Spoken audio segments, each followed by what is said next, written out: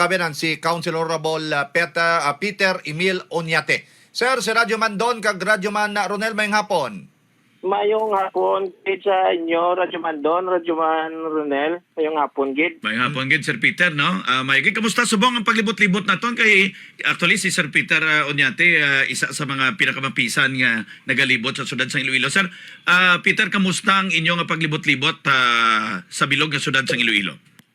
Actually, first kagina, naglibot kami kagina ti do maayo man ti madamo magyapon ang mga pautwa sa abon sang ilang mga hinaing, no? Pero ti gabay pa matagaan kita sang tsansa kay para matagaan man naton sang solusyon ang ilang mga problema man kung ano pang ginahambal nila sa namon. Kung ako ang mabuto sinibutante ako, Mr. Peter Oñate, sino bala ikaw, si Peter Oñate, sa mga butante? Si Peter Oñate bali sa kabangker. Nagdugay sa bangko sa pag-ubra sa bangko, no, sa pagserbisyo sa mga kliyente, sa mga pumuluyo nga wala sa pinilihan, isa ka diyan sa mga atleta gani subong ang akon nga experience sa pag-ubra sa bangko pagadalong ko sa konseho agod matutukan man naton ang pundo sang syudad. Kay ti makita naton nga do madako ng utang. And siguro it's about time nga matagaan naton sang insakto nga check and balance bala nga ginatawag dira sa konseho. Agud naton kung ano man ang wala man ko gambal nga may korupsyon pero mabutang naton sa insakto pag magamit naton sa insaktong pundo kag para sa kayuhan sang tanan. Sir, kung ikaw mangin mapalaron nga magdaog, no, sa bilang konsyal, ano ang imo nga mga legislative agenda? Anong plano nimo nga obrahan sang ordinansa, Mr. Oñate, sir? Gusto ko obrahan naton sang isa mang ordinansa nga pwede naton ang una gusto ko nga ang about sa traffic bila naton. Kay ti base pwede naton nga i-review liwat ang mga ginobra nila nga mga ordinansa when it comes sa traffic. Kay ti nakita naton nga do magrabe na gid nga sa gutok kag ti bisan diin na lang ang pagparking sa gadalan which is nga gadugang pa sa congestion bala sa aton nga no nga traffic. And at the same time amo na ang isa nga ordinansa nga kung matagaan kita sang tsansa nga i-repeal nato na sa real property tax which is nga grabe gid ang pagpabugat sa aton mga pumuluyo. Sa kita naton subong sa bag-o gani nga report nga nagwa ang Iloilo ara sa number 2 sa bilog ng Pilipinas sa pinakataas na inflation rate which is ara na sa 5.4.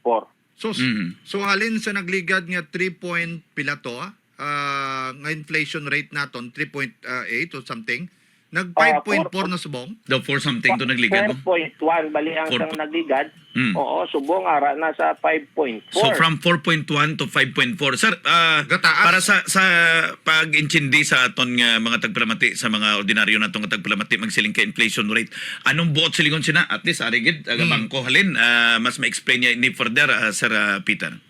Bali ang ginatawag nga inflation rate bali which is amo na nga gamahal, madasig ang pagmahal sang aton nga mga balaklon kag ang aton nga palangabuhian diri sa syudad which is tama na gid ka mahal compared mo sa iban nga cities la. This is highly urbanized city supposed to be ang Iloilo.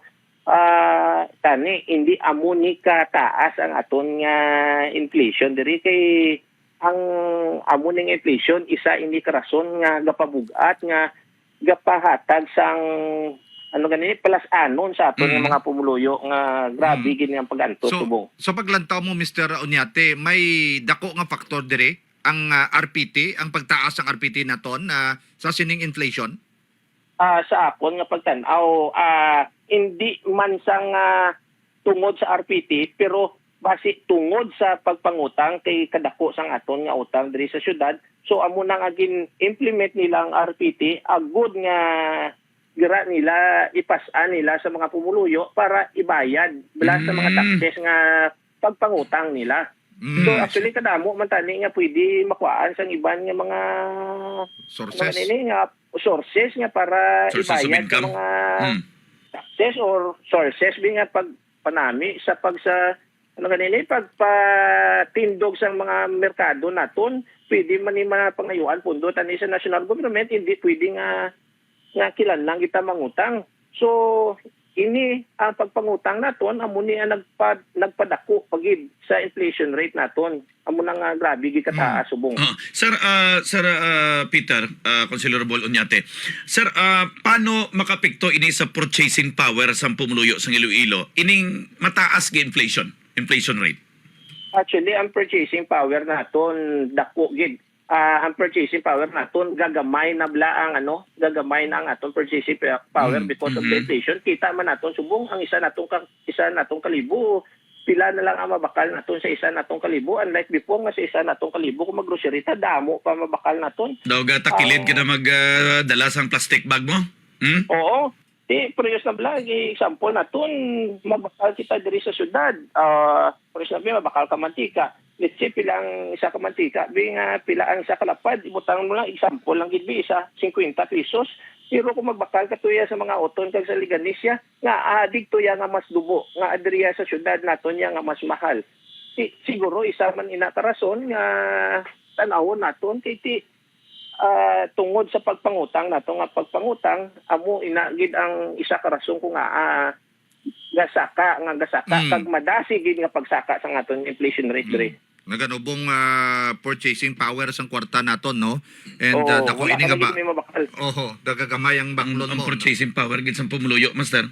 But no. silingon ang power to buy mo ga kapiktuhan bangod nga daw hindi ka nakabakal kay kamahal na sang tanan. Bamo nga bangod gin patong gani sa mga manufacturer sa mga services nila. Kay tigabayad sila sa choice RPT mo. Kundi ang masaper dira kundi consumer. Ginapasa nila sa consumer ang kabugat lang nga ginatawag. So mas gabugat pag kita nga consumer, mas gabudlay gabugat ang aton nga pangadlaw-adlaw. Sige. So, mayo guro ni, no?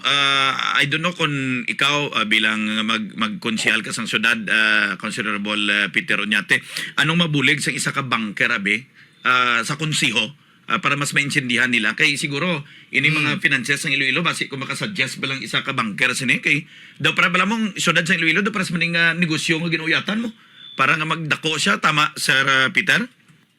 Tsakto sa radyo man, no? Bali kung ako as a banker, ti amo na ganyan ginamba kung butangan ginaton sa insakto nga check and balance bila.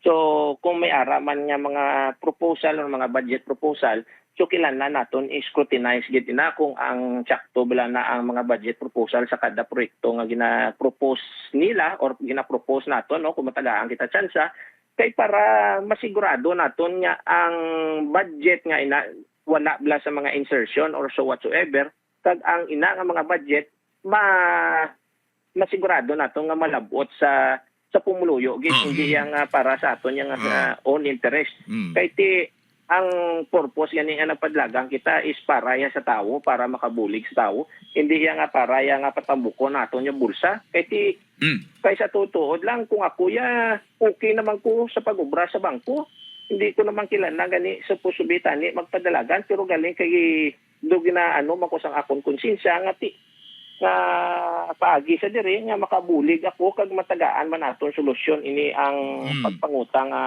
mapagamay naton kag mapahaganagan, especially gid sa real property tax. Kay damo-damo gijagantos every time nga kadalibot namon ang ginambal nila. Grabe gid nga pagpabugat ang real property tax. Tapos subong gambal sila nga may 40% discount. Ti mga nagbalayad minsan sinilang gambal sila nga wala man kami 40% discount nga nabaton. Aba, amo gyapon. Amo magyapon. Ay sos. Sige lang anyway, lantaw naton kag nagabagay kay kuno simo balang banker ti ang Committee on Ways and Means para mas scrutinize sa nito ang mga budget nila kag mga pagita kita pagi sa mga sources of fund. Sir Peter, salamat kid, no? Ang pag-ibitar mo na lang kag mo siniminsahe sa aton nga mga kauturan subong. Salamat sa inyo, Radyo Mandon, Radyo Man Ronel, no? Gusto ko magpasalamat sa inyo tanan sa mga kanya makatag sa information kag ideya sa aton nga syudad kag paagi sa sini nga interview. Nagapasalamat man ako sa oportunidad nga magpamutyag nga ang akon mga pananaw kag plano man para sa kayuhan sa aton syudad. gusto ko lang ipalabot sa aton nga listeners ang pagpasalamat nga pag sa tanan nga nagbulig para mangin madinalagon ang ini nga programa. Padayon kita sa pagbinuligay na mas maayo pa para mas madamo pa or mas masandag atong nga bus damlag. Ini si Peter Oñate, ang isa ka banker, ang upas ang gugma, ang abyan sa mga atleta, hindi mga gwapo, hindi malaway kuno, kag makawiwili lang. Madamo giga salamat sa inyo.